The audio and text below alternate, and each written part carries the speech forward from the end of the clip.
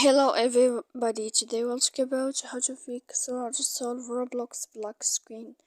To know how to fix or to solve Roblox black screen, you should just go to settings. Here in this page you will enter to apps here, default apps, app settings. When you find this page you will enter to Roblox. Then we click on force stop and we click OK. Here we go to click storage. After that we click clear cache, and in the end you can go to Play Store, you will search about Roblox and you can update your application if that's need to update your application as you see. So please don't forget to support us by like and subscribe.